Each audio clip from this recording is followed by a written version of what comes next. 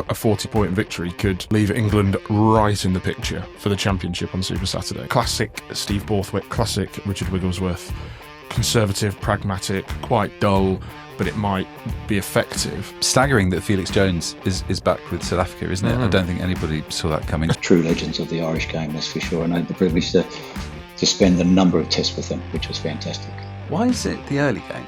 And let's not forget, if it is a draw, Scotland can still win the title on the final day. Go.compare sponsors the Telegraph Rugby podcast. Every rugby player knows they need the support of their team to get the best results, and it's the same with insurance. When you are looking for great deals on your insurance, you can find the perfect support in Go.compare, helping compare the right deals for you. Feel the deal with Go.compare. Hello everybody, welcome back to the Telegraph Rugby podcast. Hope you had a good fallow weekend and that you are rested and ready for the return of the Six Nations this weekend. I'm Ben Coles, joined by Charlie Morgan. Hi Charlie. Colesy. Joined by Charles Richardson. Hello Charles. Hello. Gents, how did you spend your Six Nations-less weekend? Charles, what were you up to?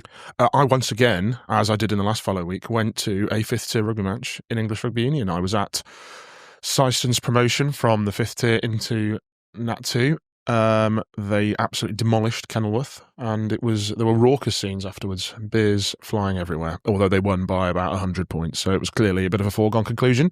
But congratulations to them. I think that's the highest they've ever been in the pyramid. Man of the people, going to the grassroots games. That's what we like to see. Charlie, what about you? Grassroots at Paddington World Experience. Oh, sure. I think it's called that. I think that's the full name, on South Bank, London. So very happy. Cuddly toy grassroots. Very happy 4-year-old, slightly confused 20-month-old. But yeah, we made it work. Very good, glad to hear it. I tried to not watch any rugby until Sunday afternoon when I cracked and I watched a bit of the Gloucester Bristol Bears Premiership Women's Rugby semi-final, which was quite good. We should touch on that. Loud. It was loud, yeah. Great crowd at Queen's Home, not King's Home. And Gloucester through to a third final in a row, going for a third title in a row. Very impressive side. They're going to play Saracens, so that should be quite lively. And that's going to be on the 16th of March. Charlie, you wanted to give some flowers to the other competition which took place this weekend. Tell me about it. Yep, so Premiership Cup now at its semi-final stage, having had the quarterfinals over the last weekend. And just a really interesting sort of, it's a competition that I guess is experiencing some growing pains, and the story came out in the Times overnight, actually into today, that the championship clubs won't be involved in it going forward next year. So it's kind of it's a tournament that is part of this ongoing sort of friction, changes within English rugby. But this season's edition has been reasonably interesting, and it can be kind of summed up quite neatly by the 4 semi-finalists. So we've got Newcastle, who are hosting Bath, Exeter, who are playing against Ealing. Newcastle and Exeter are obviously struggling in the Premiership. What they've done is kept the guts of their first team squad together to rebuild impetus, and they've done that really, really well. Bath just have a phenomenal squad. And they played Harlequins on the quarterfinal on the Friday night. Managed to bring Thomas Toy off the bench, who's probably one of the very best players playing. You should be bringing him on at fly half, really, if you're going to have him on the bench. Well, precisely. But they sort of mounted a big comeback to get through to the last 4 in that one. And then you've got Ealing, who went to a decent-looking Saints side, which contained a few England A players and pumped them, played some really nice rugby. Tom Collins, shout out to him. He's one of my favourite players, genuinely, of the last decade. Just a little sort of darting, really skillful, well-balanced fullback who sort of went back to his old stomping ground and was part of a really impressive win. There's a great cocktail named after him. Yes, yeah. That was the order. It was the cocktail after him, right? Yeah. That's right. He's a great mixologist as well. There's semi-finals coming up this weekend with Newcastle, as I say, Newcastle hosting Bath. That's going to be spicy because Steve Diamond will, I'm sure, chuck in a couple of grenades along the way. And Newcastle bidding for silverware is a really nice story in itself, as it is for Exeter and Ealing in the other semi-finals. So there's a lot to like about that competition, as much as it has been, mess is maybe strong, but just tricky to kind of keep a handle on which lineups playing. It's had some mismatches, which people really don't like to see. So that's been a tough side of it. But sides have used it intelligently and are now coming to the sharp end of it, looking to get some silverware for a start, which is obviously always good to get some buoyancy around a club in that way, and then get some impetus towards the back end of the league season too. Can I give a shout out to the world's most insane league, the top 14? Well, maybe the second most after the Polido, because I watched Bayonne win at home against Clermont last night, Bayonne 4th in the top 14. Stade Francais, who started the weekend bottom, are only 8 points off the barrage, off the playoffs. But last night, you will have seen the Fijian centre, Sorelli Mankala, who's Bayonne's Fijian centre, who is genuinely, I think, world-class, like touching world. Manu Tulagi's midfield partner. Manu Tulagi's midfield partner, indeed. And you also will have seen Tavita Tatafu, the French, I think he's France's fourth choice tight head. He is France's fourth choice tight head, absolutely destroy Marcos Kremer in a way that I've never seen any man destroy Marcos Kremer before, because he is a caveman, made out of granite, and he just got utterly destroyed. And if you can see it on the highlights or on the full match replay, if you do subscribe to Premier Sports, I would highly recommend it. If we're talking top 14 quickly, can we talk about the dive and the diving accusation from Renan O'Gara against Stade Francais' Romain Briat, wasn't it? Yes. In their game on Saturday. And Will Skelton comes in with a pretty hard clear out. It was a hard clear out. Gets a red card for it. Changed the game. Stade Francais also had a red card of their own, so I'm not sure you can quite say that it cost them the game, but they don't make a meal of everything nowadays. O'Gara's quote, while we're on it, he says, in rugby, you have the right to clean out. Today we were at the Parc des Princes and we saw Neymar. It's a dark day for rugby. Did he say that? Neymar fired a blindside at poor Neymar, who's just trying to get over his injury while he's back at Santos. And he's like, no, I'm going to call you out. It's quite punchy. That is punchy. It's something we've written about this season as well. Even if Will Skelton touched you with a finger, you'd probably cause some damage. Go flying. Yeah. I mean, I don't know, but they with head contacts now, I think even if people are genuinely hurt, they do make a meal of it, just so it is brought to the referee's attention or the TMO's attention that they've been clocked in the head. And I think that might have been the case on Saturday. It was a clear out by Will Skelton at a ruck, and he's clocked him in the face. Okay, it wasn't the worst one I've ever seen, but it probably is going to do some damage. With all of these, I just feel like I'm in no position to comment because I would crumple. So I try and avoid getting involved too much. The big game this weekend, it has to be Ireland against France on Saturday afternoon. Why is it the early game? I was having this conversation annoying the other day. Me the more I think about it. Is it because Wales Scotland is a home nations, sort of traditional? It's not like Ireland France isn't a traditional fixture, is it? But I just wondered whether there's more tradition between Wales and Scotland. But I don't really know, is the honest answer. I just feel like we've sat through enough England. It was last time as well. Dross at 4:45 on a Saturday afternoon. Can we not have the actual game of the tournament in England slot to Sunday? Quite right. Yeah, quite right. Too. It was the same. If you remember this game 2 years ago, that phenomenal, one of the greatest ever, games in Six Nations history, Ireland France at the Aviva. It was the same then. I was at that game. I'm going to be there on Saturday as well, and it was a 2:15 kickoff. And is it a police request? Are they worried about a clash between the Berets and the locals, just and it all kicking off? Maybe it is. I don't know, but I thought that was bizarre as well, especially given that Wales Scotland might not be the most attractive rugby match of all time. But let's hope it is. Don't undercut my game, Charles. That's not very nice. Oh no, it's going to be. There's narratives. No, but I agree. Plots galore, but it might not be the best game that the tournament's ever seen. Which the first one has the potential to be. If we get another 26-27 like last year, I would take that. With Ireland France, I spoke to Les Kiss earlier, who was assistant coach for Ireland when the trio of Cian Healy, Peter O'Mahony and Conor Murray all made their debuts for Ireland. Why am I bringing those players up, Charlie? They are retiring, sadly. In what feels like... Peter O'Mahony's coming back for next year's Ireland-Scotland game. He never really retires, does he? Do you think they all decided together? It's just so well... when a country or a team is just doing things like really well. It's clean. It's clean. So well choreographed and just well done. Yeah, it is clear. If that had been France, there'd have been 3 separate announcements over the course of 6 days. And they'd have been back the next week. Yeah, and it would have all been a surprise. Yeah. And they'd have been back the next week as coach. Yeah. So I spoke to Les about all 3 of those players and also a bit of a teaser about the Lions coming up later this year as well, because he's coach of the Queensland Reds. That's coming up a bit later. Let's dive a bit into Sunday's game. Italy are going to come to Twickenham and try and win for the first time. Okay, England-Italy on Sunday. I did a piece last week on the kind of ranking the Six Nations rivalries, and this wasn't at the bottom, but it probably should be because of the fact that, well, just because we need an Italy winning this, don't we? And we're kind of waiting for it, and yeah, So it wasn't quite bottom. But It's had some fun bits. The Fox. this is what I mean. It's had Mauro Masco. The Fox is doing some heavy lifting. It is. Like the Fox is carrying this picture. If I told you the Fox was in 2017, how would you feel sort of about age and mortality? And yeah, exactly. It's the Fox is. We're coming up to the like retrospective features on the Fox where it's been a decade. Goodness, yeah. I'm serious. Yeah. So 10 years since. So the what Fox. I'm saying is, I think we all like this Italy a lot more than the Italy of recent years. Is that fair to say? In terms of Kieran Crowley's Italy, they were fun. No, I know, but they weren't good. They were fun, but that's what I mean. But they were fun. All right, how do I maybe rephrase it? We trust this Italy maybe a little bit more than Italy sides of recent past to actually be competitive. So, if you disregard what happened last time out, I think that's been a genuine I'm happy to. Big. You're less happy to. I just watched it and thought that's really bad old days stuff. They've been pumped there. Some of this defence is really shockingly passive, and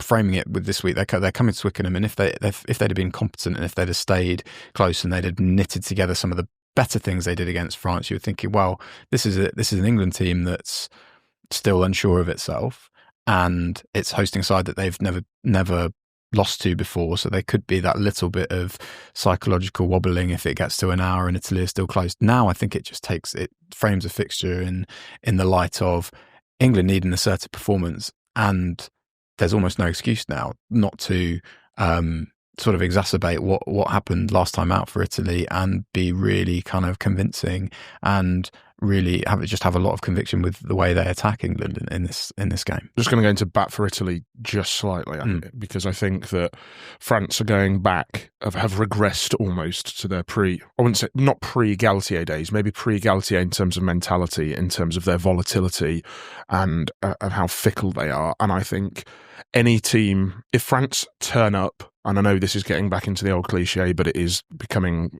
more and more true with every week that passes. If France turn up and you're 5% off, then I don't think there's a better team in the world to exploit that. As England found out in the 2023 Six Nations when they were 5% off and France turned up and completely destroyed them at Twickenham, Italy didn't turn up and France did and destroyed them, really. And I think that performance is an anomaly. It wasn't good watching, wasn't good viewing, but I think that it is an anomaly, and I think they'll be better at Twickenham. They have to be better at Twickenham, really. You can send us a sassy message on Sunday night if you're proven right, because I'm kind of in the Charles camp in that it just was. I felt like France would have steamrolled most sides. Okay, I would say my confidence in England piling on the points and being really ruthless isn't very high. Oh either.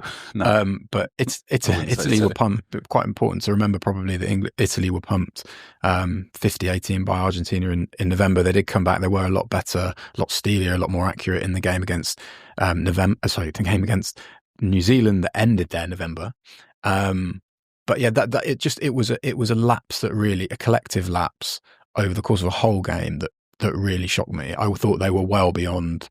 Notwithstanding them having been pumped a couple of times at the World Cup by New Zealand and France, I thought they were beyond that. They've had a weird Six Nations. The more I think about it, the Scotland game, the attack just didn't work, but everything else was good.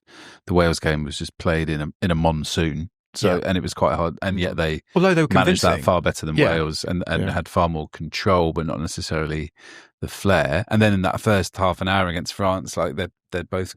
I mean, they're chucking some lovely stuff about, aren't they? Yeah, I mean, the irony is they probably scored the best try of the game. Yeah, but they also leaked 73 points, which is just completely unacceptable. So I'm struggling to. I want to believe in them and think that we're going to get the Italy of last Six Nations when they won 2 and drew 1 because they were so good and that was so reassuring to have an Italian side playing well. But yeah, there are worries, there are jitters with England. I wanted to talk about Ellis Genge's comments last week because he was speaking in York during their kind of media event and he basically came out and said that he was really stunned by how negative the reaction had been to the Scotland win because, like England had won. Like they'd played well in the autumn and lost. This was a game that they hadn't played that well in and they'd won. And he was surprised by how negative people were being about it. What did you make of his comments? They reflected what we kind of hinted at afterwards, and what was kind of more apparent when you saw the This Row's excellent documentary that England Rugby do behind the scenes, where you sort of get a kind of retrospective look at what the build-up has been on the inside, which sometimes kind of corresponds to what we hear in the media with press conferences and stuff, and sometimes is a little bit different. I think what we saw in that was the psychological weight of that rivalry with Scotland and England's inferiority over the last 4 games in a row and since 2018. You had Maro Itoje sort of building up, looked like very early in the week, saying, look, this week is every test week is special, but this week is different because of how Scotland have been. And I just think it was an any win or do sort of situation. Really interesting. Again, we got a little glimpse of half time, and Steve Borthwick mentioned breakpoint rugby, which I took to mean, it would be good to sort of ask him directly on this, but I took to mean it's a real arm wrestle. It's going to be a kicking battle. It's about winning the little moments. And England just about did that thanks to Finn Russell's mistakes. Watching it back, I've done a piece that's hopefully going live today on England's attack. They got themselves into promising positions. There were hints of ambition and playing from deep, but mistakes just as much as their mindset, I think, and their want to sort of control the territorial exchanges with kicking. What hurt them also was inaccuracy at the breakdown, inaccuracy with little tip-ons and little offloads, which, because they're attempting them, is a promising sign. You know, they are trying to expand, but none of that changes that they've got to be just so much more convincing this week. It feels like a big week for Richard Wigglesworth as much as any member of that coaching team, to be honest. To go in the bag of tricks and show us what you've been working on and show us that you can execute, or just a little bit. I've written that it would be nice to see some genuine invention, because we saw that from England A, which was really interesting under Lee Blackett, as again we touched on last week. But just accuracy and ruthlessness, and that real, you know, running up a score. They can run up a score in different ways, can't they? Fluidity, harmony, moving with the ball in hand has not. It's looked all a bit clunky. It has, hasn't it? Yeah, it has. And they can run up a score in different ways. You know, they can go 3-6-9. Couple of tries and you're well ahead, and then Italy are chasing and you pick off a couple more tries, and all of a sudden, you know, you've got 40-point cushion.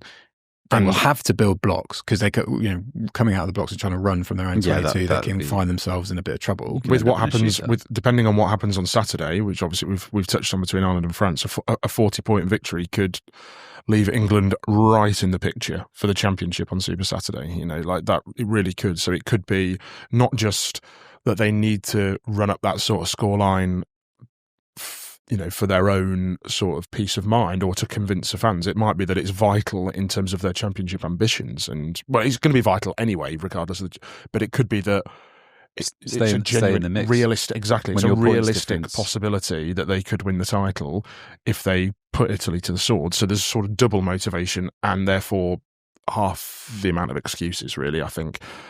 Just on Genji's comments, I wrote similar. It's almost as if he read what I wrote last Tuesday in the Telegraph, because I wrote very similar. I mean, maybe he did. Maybe he did. If you did, thank you very much. Didn't slag off the retired players, though. I did not slag off the retired players. Not this time, no. For once, no. But I agree. You know, I think we made the point on the pod last week that they played some very pretty rugby last year and kept on losing, and we were hammering them, criticising them for losing and not getting over the line, and saying it's all well and good chucking the ball around well, but the only thing that people remember is who's got the bigger number on the scoreboard. So then I think it is, and I wrote this, I think it is a little bit hypocritical for us to hammer them for the way in which they are getting these victories now that we said that winning is everything last year. Admittedly, you know, two things can be true at the same time, and I think the nuance of this is that when you are playing in the way that they are doing, you have to win. And you don't build. You have much less credit in the bank for when you do lose. People will pile onto you very quickly because you've lost and they've not necessarily been entertained, in inverted commas. Yeah. However, victories, if they were to win their last 2 games, if they were to win in Argentina, that does put credit in the bank as well, just by getting on a winning run.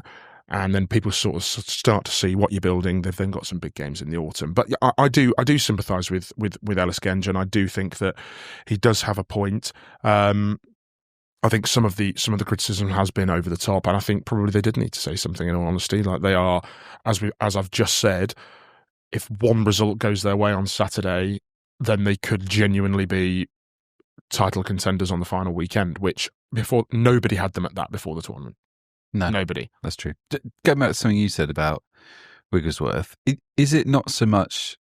And this sounds like I'm just sympathising with the coaching staff. Surely you can put everything in place to such an extent, but actually it's just execution on the field. Like that's not coaches. Yeah. No. That's players. I think that's an underrated aspect of this, and I think people are very quick to say, "Oh, well, it's a Steve Borthwick, Richard Wigglesworth team."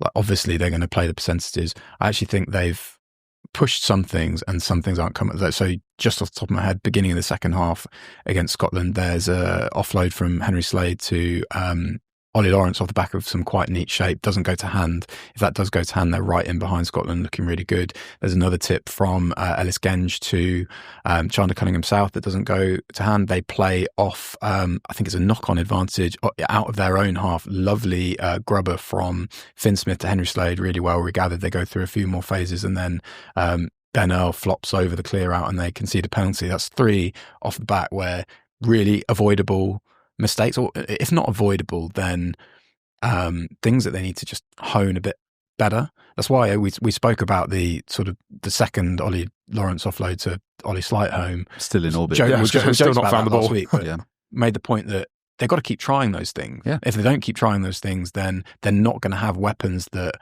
create something out of nothing. And this is a good weekend to just stick to their guns, really. And if a couple of those come off, then they're going to have a little bit more freedom on the scoreboard. Then they're going to be able to really turn the screw. It's a curious one though, because everyone was sort of criticising, England or there were the boo cheer, the groans, the kicking, the box kicking, saying it's classic Steve Borthwick, classic Richard Wigglesworth, conservative, pragmatic, quite dull, but it might be effective.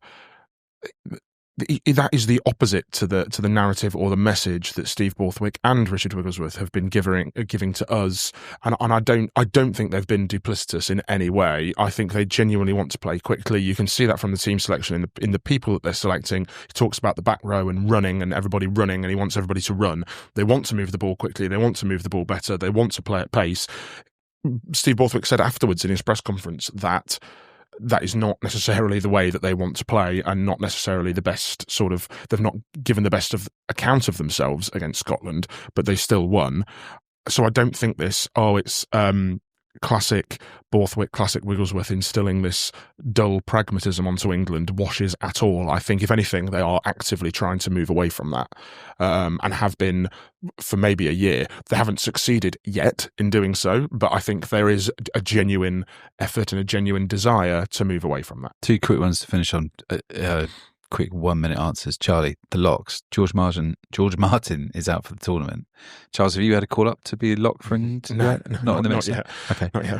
Probably not far away. In which case, what are they going to do, Charlie? Looks like as is with Maritoji and Ollie Chesham, the kind of primary options they have. Alex Coles, who wasn't in part of the 23 last time, but Ted Hill, who I have a theory has sort of been developed as a potential lock since coming in at the beginning of the autumn. Charlie Ewells was injured and the call up was Ted Hill, which kind of pricks your ears, doesn't it? But there's Arthur Clark, there's a few other guys that have written about who are Tom Lockett was excellent for England A. There are a few guys who are very inexperienced that are pushing through. At the minute it seems that Borthwick has got a very small pool of locks that he trusts, and that's who he's going with. Prioritising, as you just mentioned, Charles, the running, the mobility with Ted Hill. Well, and Crawley, one of the locks he really rates and prioritises is Junior Kapoku, who unfortunately is playing for Racing 92 on the outskirts of Paris. I thought you meant prioritising Charles for a call-up, and I was really confused. Right. And Charles, the other quick one I want to finish on. Staggering that Felix Jones is back with South Africa, isn't it? I don't think anybody saw that coming. Just your thoughts on that. A coup for them, and the end of a bit of a sorry saga, in all fairness, for all parties. I think it clearly didn't work. It was clearly very messy. It worked in terms of the product that England had produced on the field underneath Felix Jones, but clearly there were issues. And yeah, I think this will just be a footnote really on whatever Borthwick's tenure ends up being, I think. Really quick shout And out how to history views it. Beautifully Machiavellian, mischievous Razzie Erasmus quote yes. in the press release confirming this news. Effectively, I'm paraphrasing, I haven't got it in front of me, but effectively saying that they're happy to welcome back Felix Jones after his period of scouting European side. Fantastic. Which is beautiful, including England, no doubt. And didn't mention the hard drive either. Didn't mention Felix Jones's massive hard drive. Funny because it's true as well. That's great. That's England, Italy. Now let's look at the rest of the weekend. Go.Compare sponsors the Telegraph Rugby podcast. Go.Compare is a proud sponsor of the WRU, offering support across all levels of rugby.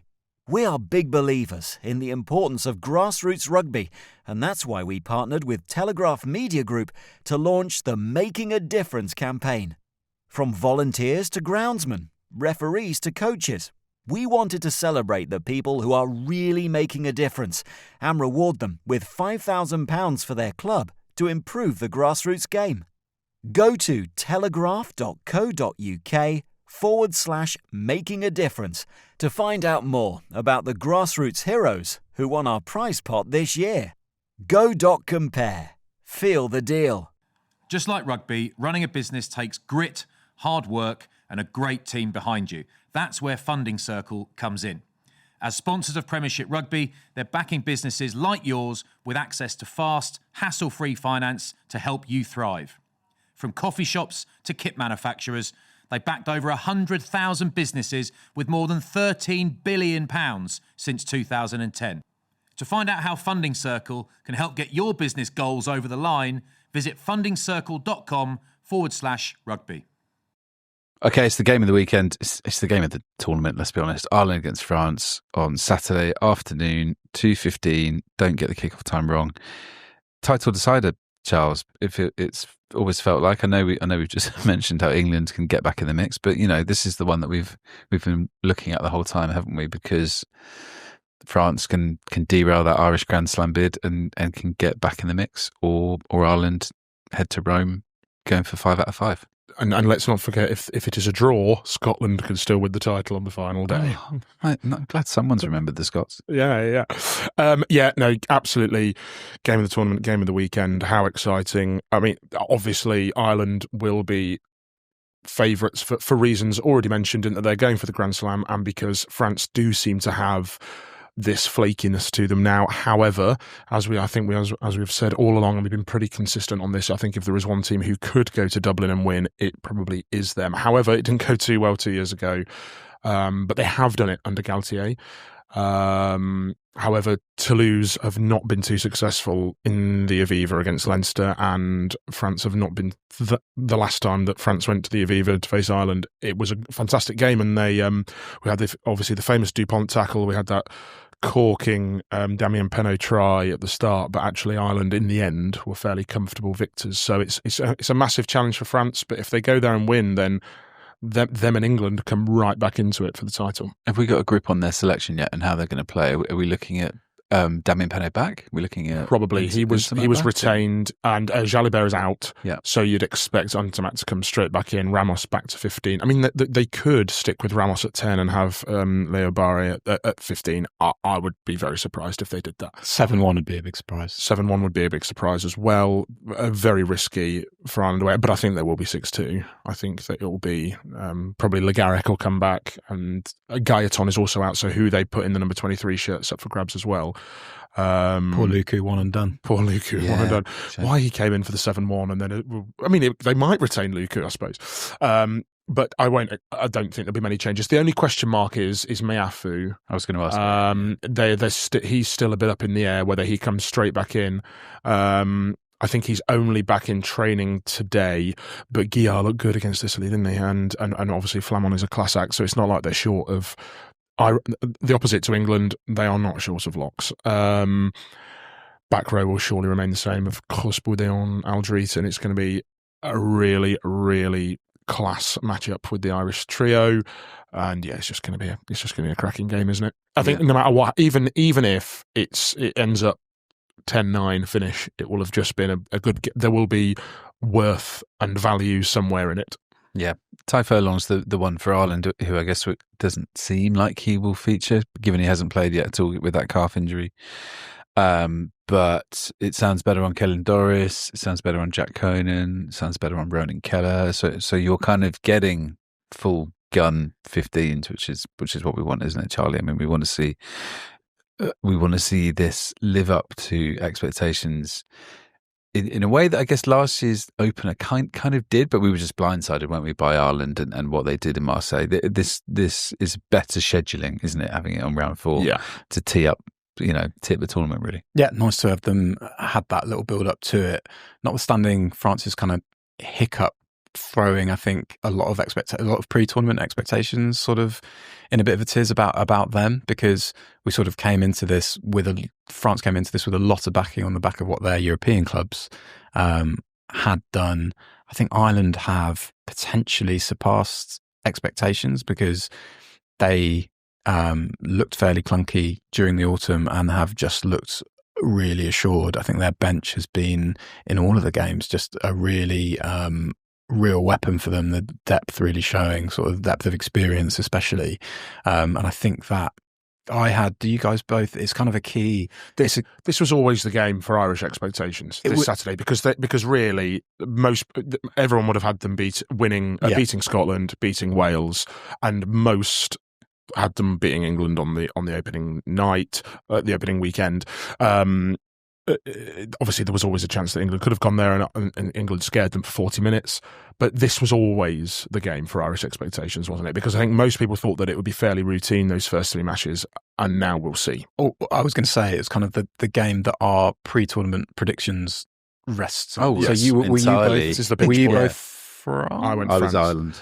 I was Ireland. So I'm quite happy at the minute because I went France, no Grand Slam. Nice. So therefore, Well, if they win on Saturday, I could be. But I'm probably going to be looking at an Ireland Grand Slam, aren't I? So I'm going to be getting it completely wrong. Who's the top try scorer? Did we all go BLBR? I went BLBR. Who did you go for?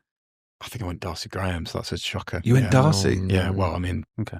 An unlucky shot. To be fair, you couldn't have. No, you couldn't have predicted. I went Tyg Byrne, player of the tournament. So I'm actually on the race. He's been pretty good. He's been robbed of a couple of MOMs by Jamison Gibson Park. I mean, so shout out to Wilgriff John for ruining my Andrew Porter player of the tournament prediction single-handedly in the Wales game. And no one had money on that. No. But just actually on that theme, they will get France, I think, with no Furlong, will have to try and get into Ireland at scrum time. Having seen what Wales did with Smith and Wilgriff John, I mean, I reckon probably Gautier's probably never even heard of Wilgriff John if I'd put a gun to his head. But that's meaning no disrespect to Wilgriff John. If anything, that's more of an insult to Gautier and his sort of just wackiness. Just imagining the situation where somebody put a gun to Fabien Gautier's head and have you heard of Wilgriff John? But I think Jean-Baptiste Gros and Winnie Antonio are going to really have to get into that Irish scrum if France are going to have any chance, because that looked a weakness against one of the weaker sides in the tournament. So therefore, that they need to pile in there. So they would want Meafu back. A Winnie Antonio tribute would be due on next week's podcast if it does go well and that decides the game, because he's extraordinary. Was he 35 now? 36? Yeah, and just literally looks like he's just there to scrum, walks about from scrum to scrum, puts his arm up to be guard defender sometimes, and fair play to him for doing so. Yeah, can't talk about this game without talking about the DuPont and Gibson Park of it all. I'm going to suggest the world's 2 best 9s. I'm trying to think about who we had from Southern Hemisphere in the autumn, and I'd say they've got a mark over Roygaard's coming up strong on the rails. Roygaard is coming up very strong, good player. I think that's I think at the moment those two kind of separate from the rest of the bunch. Charlie, in terms of what are the similarities between them in terms of how they play? Do you see things there that kind of perhaps how much comes through them in different ways? So you would say that how crucial, and that's obvious because they're two really good players, but what I mean is different ways. So DuPont will always be bouncing out, tying in those fringe defenders, and therefore allowing France to sort of flood through that offloading game. England stopped that brilliantly. I thought what England weren't able to do is sort of quell the influence of Jamison Gibson Park, it's that pass off the base and away, and how quickly that changes the point of contact from anywhere between 2 meters to 15, 20 meters away from the ruck. So the try I'm thinking of, it was Cian eventually finished it, wasn't it? But that comes from a pass that goes across 3 players to the 4th player in a sort of 5-man pod, and then it's the tip on from Cian to Conor. That was actually quite noticeable in England, Scotland as well. The way Ben White was zipping the range of his passing in comparison to Mitchell. I'm not saying that Mitchell doesn't have the range, but just in the way that England was set up, it was very noticeable at Twickenham. Yeah, and I think. Just to your point on Dupont, I think he's doing that now too much. I think he's become very predictable with that. It's becoming a little bit two-step, and I think it's having a knock-on effect on the rest of this. I think he should be zipping it off the floor a little bit more. It's the step and the stop, isn't it? Yeah. And then I think it's a sevens thing. It's a sevens thing that he's getting away with at club level, and obviously it does work. It still does work at international level, but he. I think against England, maybe not so much against Italy, it was every ruck. He was doing it at every ruck, and then they were not getting the go forward that they wanted and not the zip that they wanted. And I think maybe they just need to say to him, you need to start playing the ball away. We want to play quickly. We've got these big guys. We want them to come around the corner and we want to play quickly. You need to pick your moments better, basically. I'm not going to sort of tell Antoine Dupont how to play scrum half, but I like that you're trying. But that's going to now be pick your moments better. But that's now going to be clipped out so that you look like you are, which is a big win. Yeah, but the upside of it is obvious, right? So the Leo Barre try on just before half time of the Italy game? It's maybe a bit earlier than that. Yeah, he steps out. You've got 2-3 defenders looking at him. Barre cuts a line. Gets a weak arm. But I feel like he did have to get himself out of a bit of trouble basically. He got caught, and just from his own ability and strength to offload, he got himself out of a hole. He was caught there, basically. It's that strength that we hear from players who have played against him that is like the really startling thing, is that he sort of shrugs off players, and then sort of an attack that looks totally dead will no longer be dead. That's the art to his play. Can I throw out a stat at you? How many offloads do you think France have made in this tournament so far? Based on keeping the Rome massacre in your mind. I'm going to say very high. 42. Oh, not bad. That's good because it gives you a bit of a layup to guess. Well, correctly. okay. I'll go 51. Nearly 49. How many offloads do you think England have made in this Six Nations? 9. Oh, nearly 13. 11. Oh, a split of difference. So, you're pretty good. But it's something we've written about before, and I think it is a cultural difference. England are not an offloading team, I should say. England are not. We are not an offloading rugby nation, I would argue. We are. But it highlights their difference in absolutely. players. No, 100%. And I think ironically, I think France are offloading too much, and that's when they get a bit ragged and a bit loose. And I don't think England are offloading anywhere near enough, and I don't think we do. I don't think it's as ingrained in our rugby culture in England to offload the ball and keep the ball alive at all costs as much as it is in France. I think in France it is very much if dying with the ball is just not an option, whereas in England I think we are too happy sometimes to die with the ball. And this is not just at international level, this is throughout the entire game down to the grassroots. I don't think we offload enough, and I think the best teams are the ones who do master it, because there is an art to it and it is clearly a weapon to be used in attack. The reason I found that stat was because I was trying to find out what Ireland's average ruck speed is, and I couldn't, but that was linked to Gibson Park. And just, I guess, finally on this game before we chat about Scotland and Wales, is you're not player of the tournament after 3 rounds, obviously, but would Gibson Park be the obvious sort of, I know Charlie's like, what about Type Bet? But would Gibson Park be the obvious pick now for player of the tournament if it was settled now? I mean, it feels like it. If Ireland win it, then yes. Yeah. It's done, I think. Someone told me there's a game at Murrayfield on Saturday. Charlie, do you want to talk to me about Scotland Wales? Sure. It feels a bit... It shouldn't be forgotten about. This fixture serves up belters. I mean, last year in Cardiff was... It tends to... Scotland Ireland has the kind of reputation, quite rightly, of sort of the build-up being tit for tat and trash talk and stuff like that. But I remember a couple of times it's happened both ways, where a side has bigged themselves up and gone to the away to play an away game and been absolutely pumped. I remember Scotland doing that in a Gatland Wales side really battering Scotland, and then a Gatland side, I think, getting absolutely battered up in Edinburgh reasonably recently, with Finn Russell and Duan van der Merwe going absolutely nuts.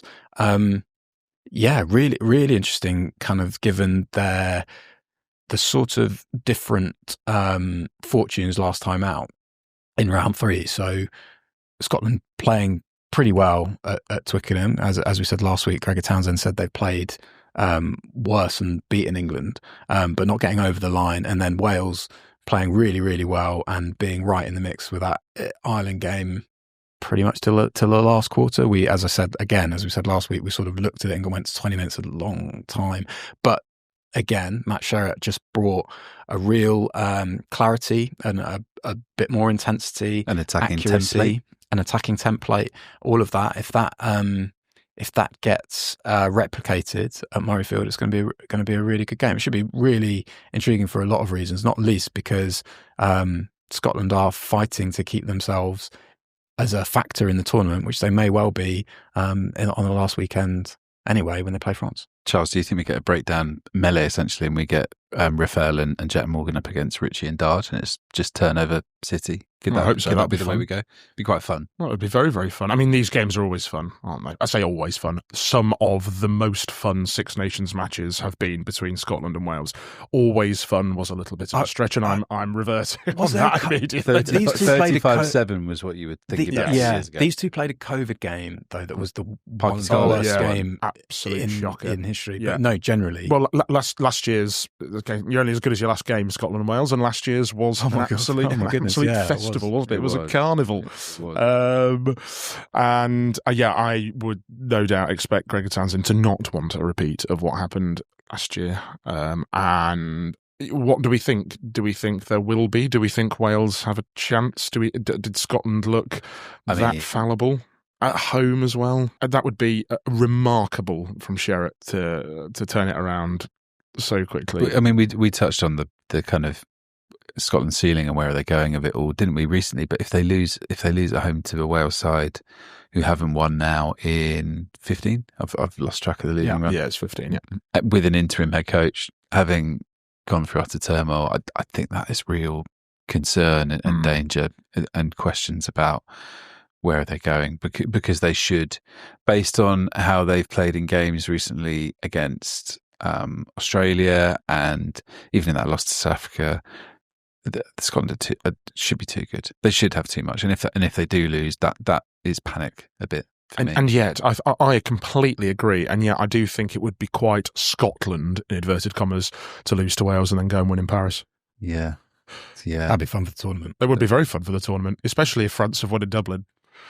That would probably mean that England win it. Where are we at on the Matt Sherratt permanent appointment train? I feel like we're at the wheels have had like one rotation, but it's not. If they win this, then suddenly we're speeding up, and he has the hype gets hard to ignore. He's absolutely said he's going back to Cardiff, hasn't he? Yeah, but well worth checking out Gethin Jenkins' crack about him coming back like David Brent and not calling ahead because he's saving Welsh rugby. Classically tongue-in-cheek from Jenkins, but no, it's there's going to be clamour, isn't there? Because he's got if they go well again this week, even if they win this week, and the last game is England at home, where they will, as we have kind of trailed throughout this season, they will really fancy their chances of that game. He's going to sort of do very well to avoid, I think, being linked to it very heavily, the permanent role, but I think he seems just completely level-headed about it, and maybe is benefiting from that sort of little bit of detachment from it, and saying, I'm definitely going back to Cardiff, and just being able to be to approach it maybe with a little bit more of a composed, relaxed manner. I can't wait to see the offer that the WRU put on the table for him if they do win the next two, because that might test his resolve ever so slightly. Listen, those two games are going to be fascinating. Time now to hear from Les Kiss, who discussed with me about Cian Healy and Colin Murray and Peter O'Mahony, because they have announced that they're all going to retire at the end of the Six Nations. So from Ireland duty, and he was there for all of their debuts. So we spoke a bit about that, and a bit about Australia, and a bit about the Lions tour this summer. So here's that conversation now. Delighted to have Les Kiss on the Telegraph Rugby podcast this week. Les, how are you? Very well, thanks, guys. All the way from Australia here. Hope things are good there. Actually, I'm in New Zealand. Getting ready for the Crusaders game. I was going to say busy travel with the early rounds of Super Rugby. Let us know how your team's getting on. How's it gone so far? We had the bye first round because we had our UK tour recently where we played Bristol and Ulster. So that put us into a bye first round. we played Milan in the first game, had a good win, and on the weekend we beat Force over there, which is a good, healthy win for us. It's a difficult place to go and play, but even Tate McDermott, who was our captain on the weekend, it's the first time he's ever won there, so it was good to get a win. So we're 2 from 2. It's such a big event this summer, isn't it? Is there a buzz kind of already about the Lions coming and what's coming up? Yeah. That buzz has been sitting around for at least 6 months. It's exciting on a number of fronts. Well, every 12 years, isn't it? So, and everyone remembers that first game at the Gabba, well back where Joseph Robinson took us apart here, but in a sea of red in the crowd. So it has brought a lot of excitement into the place. And even from a Reds perspective, we play them in a midweek game, and then we got the 3 test matches later on. A lot of excitement. When you look at what we've done over the last 12 months and what the Wallabies have done, you can see the improvement there. I think that's helped raise another level, and tickets are just selling out everywhere on the moment. So if you haven't got a ticket, you're going to be out of luck, I think. So, yep, it's on the up, and we're looking forward to it. I'll ask you a few more Lions questions at the end, but we wanted to get you on this week because of Ireland-France coming up and the announcement that three great kind of stalwarts of Irish rugby and Cian Healy, Peter O'Mahony and Conor Murray are going to retire imminently. You were around, I think, for all of their debuts, so you seemed like a great person to get on to just chat about what kind of impressed you with each of them. How do you feel about the fact, I guess, that their careers are coming to an end? Yeah, it's fascinating, really. All of them, well, they've all played a massive part in what's happened in the last decade and a bit. It's longer than a decade, actually. I remember Cian Healy's debut against the Wallabies, I think it was, and Croke Park. Moments like that, you go back and say, wow, that's a long time ago. And I think he's put 130 odd tests in now, hasn't he? It's phenomenal what he's actually done, Cian. It was one of those new brand of props that came through that were, built very well, very explosive, fast, had a lot of skill as well, broke the mold of that old type of loose head prop, with less impressive stature, if you want to call it that. But Cian, he is certainly built well. He's got a fantastic physique, but a guy that is got a lot of pride in what he puts on jersey. Like he's a Leinster man through and through, and he's paid his part there. But with the Irish jersey on, I think he set a new standard there, and the guys like Porter and that who are following now have certainly taken that baton on that he set up and made that position so crucial. Everyone talks about the tight head side, and yes, it is vital. But when you've got someone in the loose, like on the loose head, and then plays like he does in the loose, and then can play in the tight exchanges, you're pretty blessed when that happens. But unbelievable, particularly front rowers. They tend to do that, don't they? They seem to find their way through the dark arts and play a lot of test matches, some of them. It's amazing. I just don't know how they do it. Back in my day, my motto was when in doubt, run out. You escape it as much as possible. But these guys just go to the battle all the time, and he's been absolutely impressive what he's done in his career. He was always been notorious for his strength. I just wondered what it was that kind of stood out. Even as a youngster, was he kind of doing crazy stuff in the gym or on the scrum machine that sort of raised your eyebrows? The strength always came through. It was more, I think, his explosive power, the plyometric power that he could bring through. And so he's working the loose. He could do the work in the tight and use his power, but he was, you put him into a passing channel 2 or 3 away from the ruck. He had that agility and that explosive speed, change direction. He wasn't like the Titanic can take you forever to change direction. He could move direction pretty quickly, and I think that was a big part of his strength that he brought to the team. Obviously, early on, learning the dark arts of that loose head role in test match footy, he just got better and better, and made sure he nailed down his detail and what he had to do there. But he was always impressive to have in the loose, that's for sure. And in terms of Conor Murray and what he's done, he sort of carved out this great role as a kind of a bench impact player to close out these tight test matches recently, and offered so much, hasn't he, over the years as a player? What's always impressed you about him? Yeah, it was an interesting one when we were preparing for the 11 World Cup he joined the training camps. And I remember speaking with Declan Kidney at the time. We were working through it. We had Stringer and Owen Redden and guys like that around the edges, but he just kept doing things in the training sessions that just said, this is impressive. Had a sense that anything's possible to do in the pitch. Nothing sort of make him step away from the moment. He just went at the moments and created a lot of confidence around the guys around him very early on. And I thought the selection in that tour and to go further, that was pretty crucial. But he's just went from strength to strength, working with behind a strong forward pack at Munster. As a young man early on, with the pack that he was working with, you had to learn quickly. When you're working with the Paul O'Connells and the Matt Horans of the world, you have to make sure you're on point. And Donegal, Callaghan, all those guys. So that school of hard knocks that he had to work with, I think, helped him really accelerate what he was capable of. He didn't take a backward step on it, and he really stepped up to the mark very early on. And I think that was key to him, being able to get in there so young and create such a long career.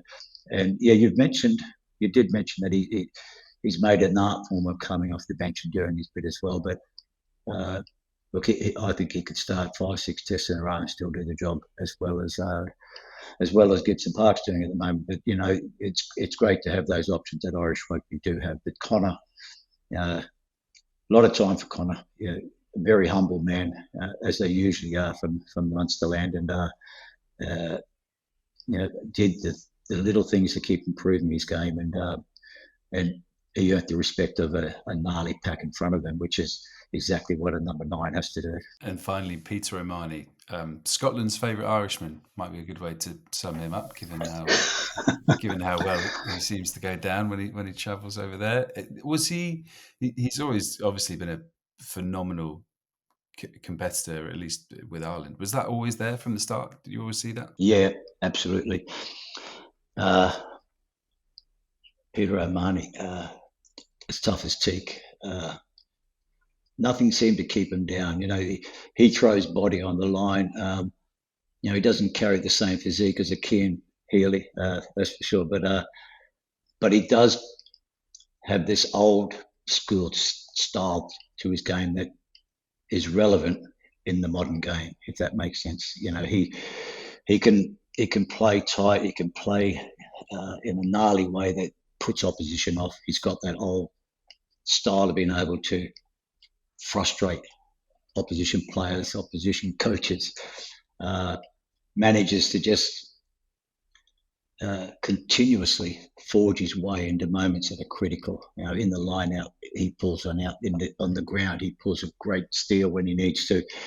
A number of times I've seen him do a critical clean, just to be able to create the moment for a Conor Murray or someone to make the most of those areas that aren't all very beautiful, as you might say, but he was at the coalface for all those things. And he, you look at him, he looks like a bad warrior, but he just never gave an inch. When I had the chance to the transition of Declan Kidney to Joe Schmidt as head coach, and I took charge as interim head coach for the 2 matches we took to Houston and Toronto. He was our captain. And he was just unbelievable on that tour with a bunch of young guys around him. And I think it must have been around Lions tour time, or the test matches might have away, but he took the boys away. And actually his leadership came through in spades there. And I think that's another extremely impressive part of Peter. Quiet leadership in some ways, but also so bloody obvious that it just sticks out like, it's just there all the time. And if there's a man that you'd call the warrior of all warriors, you'd probably go to him, that's for sure. He was superb. Yeah, but he's been a fantastic leader all the way through his career, hasn't he?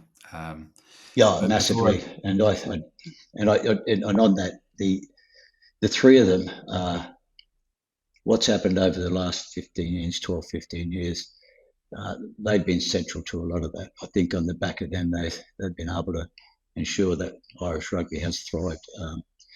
And they would have had offers overseas. They would have had chances to move elsewhere, but they stuck strong to the cause. And true legends of the Irish game, that's for sure. And I had the privilege to spend a number of tests with them, which was fantastic. That's very true when you think about where they're leaving Ireland compared to when they started and what they've seen over that time. Incredible players. Before I circle back to Australia, can I just touch, I don't think I've had a chance to chat London Irish with you since everything went down and how that kind of sadly ended. I wondered how you sort of feel about that, and whether watching a lot of the players go off and do great things at other clubs has been quite bittersweet, really. Yeah, bittersweet is a nice way to put it. Yeah, it was like a sudden death, but it was a slow death at the time. Unfortunately, we were sort of hanging on a lot of meetings saying things were going to be all right, and I don't think there's any one person at fault for it. It was just the way that things were ebbing and flowing at the time, and certain people who were in the positions of real power of making decisions, they just couldn't quite get it together, and unfortunately it fell by. It was a tough period. I remember with Declan and myself in particular, and the CEO, just 132 people suddenly out of work.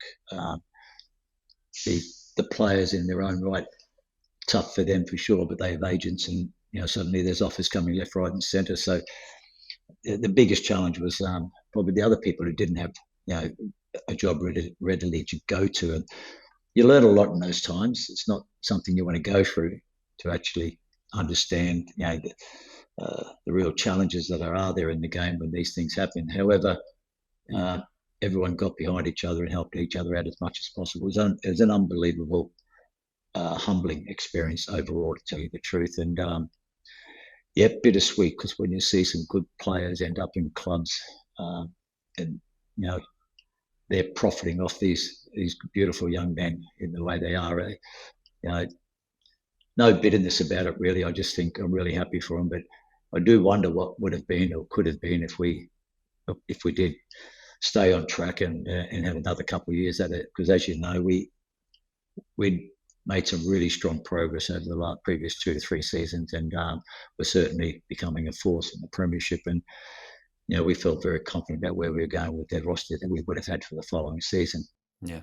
Well, we've touched a bit on Australia. We've touched on the Lions. I keep seeing your name come up on like contenders shortlists for what happens next with the Wallabies. And I won't put you on the spot, but I wondered what you made. Is it nice to be in the conversation? Put it that way. Oh, well, it's always nice to have your name thrown around. However, it's that's a process that's underway, and I think it's just open news that they're going to be talking to a lot of coaches, and talk to Australian coaches from around the world, and just see what's there. It's I'm not sure if they're going to do things in a hurry. However, it's something they obviously have to do their due diligence on to ensure that it continues the work that's already been started by Joe. Yeah, of course. And what's it going to mean for you as well to be coach when the Lions come to Brisbane start of July? That's got to be cool. Yeah, there's no doubt about it. I had a unique situation of a couple of job offers at the time, and it was a compelling case to actually say that the Reds would play the Lions. I mean, that's going to be one hell of a experience. They're a tough team to beat, aren't they? The Lions in any form. So, but I do believe, I think the history is when you play them, you win a line or something. And I think the last time the Reds played them, we may have got beaten last time, but there is a game that the Reds did beat them in once. So hopefully we can emulate that later on in the year. But before we get there, mate, we've got another 14, 15 games to get through. So but it is exciting, I must say, to have the Reds on board. But I'm not sure if you've seen, well, you mentioned a bit that you've watched a bit of the Super Rugby. It really is going to be a tougher competition this year. It seems like every team just got better. The sad demise of the Rebels obviously spread a lot of talent around the Australian teams. So every Australian team has strengthened significantly. So I think it's going to be a really exciting competition, and from our perspective, from an Australian perspective, that certainly augurs well for what we can put together to come up against a Lions team that, Struth, when you go through the list of players they have to choose from, it certainly makes you stand up and think, wow, it's going to be an impressive team, and obviously led by the unbelievable talent of Andy Farrell as a coach. It's going to be something special, I think, this tour, and hopefully we can play our part as Reds and do a bit of damage to them along the way, and make them think twice about how it works. But it's certainly, from my perspective, and everyone here at the Reds, actually, and the organisation, we're very much looking forward to that occasion. Oh, listen, we can't wait for it. Les, I could chat for a lot longer, but I'll leave you there. I'll let you go. Thank you very much for coming on the podcast and for catching up. Good to see you. All the best back there. Right, time for your questions. Thank you for sending them in. Thank you for so many of them on the Premiership Rugby Cup as well, which Charlie touched on earlier. But we had a couple more. One from Sam saying, should there be a cap limit or new eligibility rules for the Premiership Cup? Basically to kind of avoid like fake kind of Premiership games, essentially, which aren't where you've got loads of gun players playing, or, to make sure that teams kind of mix up their players a bit and give everybody a fair crack. What do you think? Tricky, because you need to have, I think both of the questions mentioning that has said that there should be some exceptions of players that are sort of older than, whatever, an arbitrary limit of, say, under 23. Sam Arnold, for example, came back for Newcastle after a long layoff, and they've used that competition, as I say, to keep their strongest team together, Newcastle. But there's also a window for players to get game time, because you've got a lot of players. The middle has been squeezed out of Premiership squads, hasn't it, with the salary cap and stuff like that over the years, and the fewer teams. So you've got fewer of those middle earners, and because there's less crossover with Six Nations, there isn't that time to get game time into players. So that has to be. It was always the A-League back in the day, wasn't it? There was always the A-League back in the day. The Monday night, because you used to get the senior players playing in that A-League, which it wasn't intended for, but just to come back from injury and get a game under their belts before playing the Prem the following weekend. Yeah. What we know, as we've known for a decade or more, is that the second tier of English club rugby it's so uncertain. We don't know whether some clubs will see it as a championship, blown their clubs out. Some sides now use the Bucks competition to sort of get their younger players game time. The Premiership Cup is this sort of weird in between where sides kind of use it as a carrot for fringe first team squad members to bounce into the Premiership, and on its own, in isolation, especially with the championship clubs involved, so Ealing winning it would be fantastic. And it would really and look terrible. Because given what's happening next year with them withdrawing the championship sides. So you don't want to reduce its prestige either. It needs to be a positive development to win it. I agree, and I think Sam, your heart is completely in the right place, and I think we all understand where you're coming from in that you don't want mismatches. However, I think this competition, as you've just said, Charlie, needs as much help and as much prestige as it can get, and I think that just complicating it even further with eligibility, with bespoke eligibility rules or a bespoke cap limit, would just ostracise fans from it even more. I think there are probably season ticket holders of many Premiership clubs who do not really care that much about this competition, and I think when you're at that level, you don't want to alienate them further. You need to be, if anything, finding a way to convince them to get them in, to draw them in and say, no, actually, this is something that we want to go for, and this is a competition we want to win. Two things. So one, the Premiership, we know the Premiership are keen on a rookie league, which is looking like it will be set at under 20. And that's just to coordinate. So as I say, some clubs get their players game time in the Championship with sort of those dual registration deals. Some use Bucks. Some, it's a bit messy, and that needs to be aligned so that players are getting appropriate game time. Then the other thing it has done is accentuate the fact that the Premiership is a closed shop, and also accentuate the fact that actually 10 teams is slightly lower than the absolute ideal for the Premiership, and having a 12-team Premiership is kind of what everybody I think accepts is a better situation just for revenues, for variety, and season ticket holders as well are not getting many home games at the minute. If of a Prem club, if you are saying that the Premiership Rugby Cup is not of interest to you, then in terms of your sort of prestigious home matches, there aren't many. It's the Premiership games and the European games, and then the knockouts of Europe are not included in a season ticket. And we're seeing some great crowds, aren't we? Was it Bath Bristol that got a great crowd the other week? And they're obviously moving to the Principality for their Premiership game, which apparently, from what we hear, ticket sales are going very well. The lower tier is sold out, I think. Already. Yeah, still can be a really good vehicle for players to tear right up the ranks. So Kepitu Pilotu made his, I think it's his first ever senior game. He played for Bath at the beginning of this. I think he scored. He was on 6 tries after 3 games, just carving up off the back of walls. And then he's in the midst of that, went into England senior training for a taster, and he's now doing really well for England under 20. So it's certainly a legitimate vehicle for young players still. That tournament absolutely is. Nice, easy question from George. He says, how would you fix the rugby calendar? Some players are not experiencing any sort of competitive matches during international windows, and others are stuck in the England setup during rest weeks when they could be at their clubs. Does it need an overhaul? I do sympathise with England players who are kind of left in limbo in training and not really getting much game time. Paolo Dogwu, that was a sort of big example during COVID where he hadn't. Alex Zizowski's been another one, hasn't he? And Ollie Lawrence was as well when he was first called up by Eddie. I don't think he didn't play a game, did he?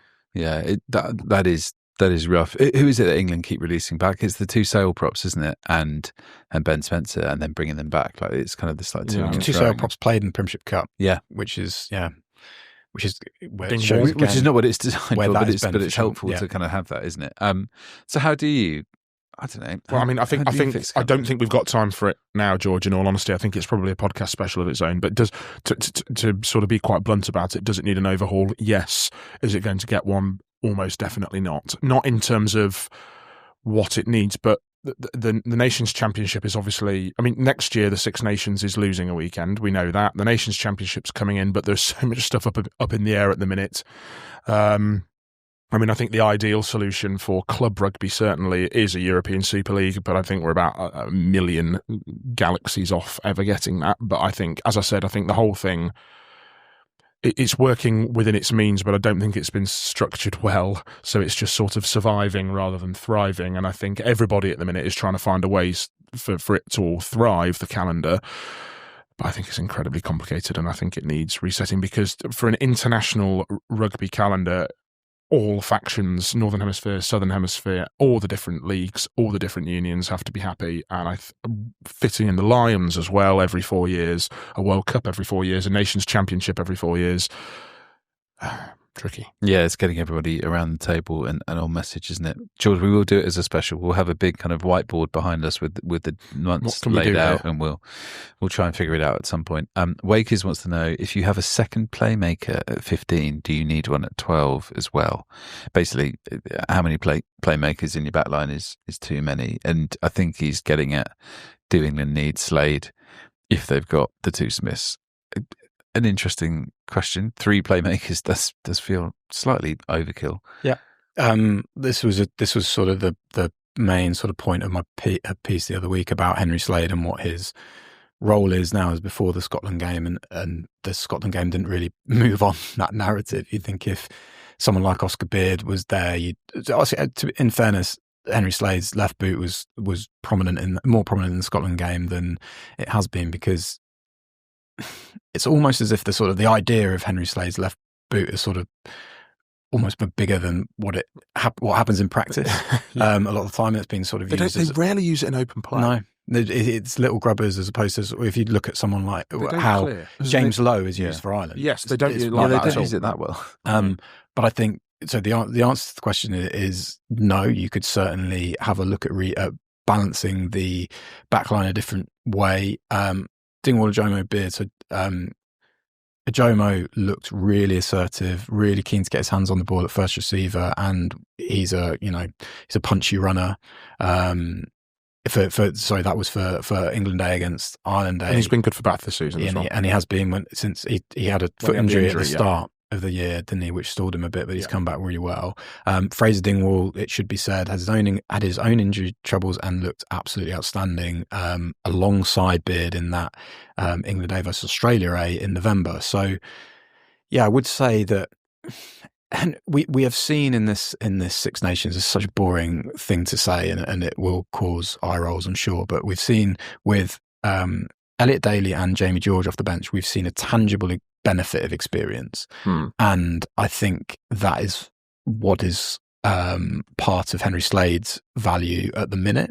But certainly if we accept that it's likely that George Furbank is going to come back into 15, especially given his relationship with Finn Smith, and that's going to be a very important 10-15 combination for England moving forward. Right, that's all for today. Thank you, Charlie. Thank you, Charles. Thanks to Les Kiss. Where are you going to be, Charlie?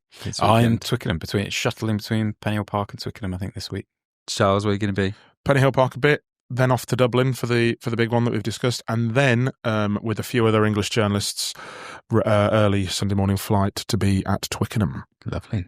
I will be at Scotland, Wales at Murrayfield, so looking forward to that as well. Should be very good. Keep up to date with all the Six Nations coverage on the Telegraph website. There's going to be loads of preview pieces and interviews coming up for the next few days, so please get involved. It's also our Lions Selector tool for you to have a go at picking your squad. It is creeping ever closer, so have a go at that. Enjoy the games. We'll be back on Monday to recap them all, and we'll see you then. Goodbye. Go.compare sponsors the Telegraph Rugby podcast. Every rugby player knows they need the support of their team to get the best results, and it's the same with insurance. When you are looking for great deals on your insurance, you can find the perfect support in Go.compare, helping compare the right deals for you. Feel the deal with Go.compare.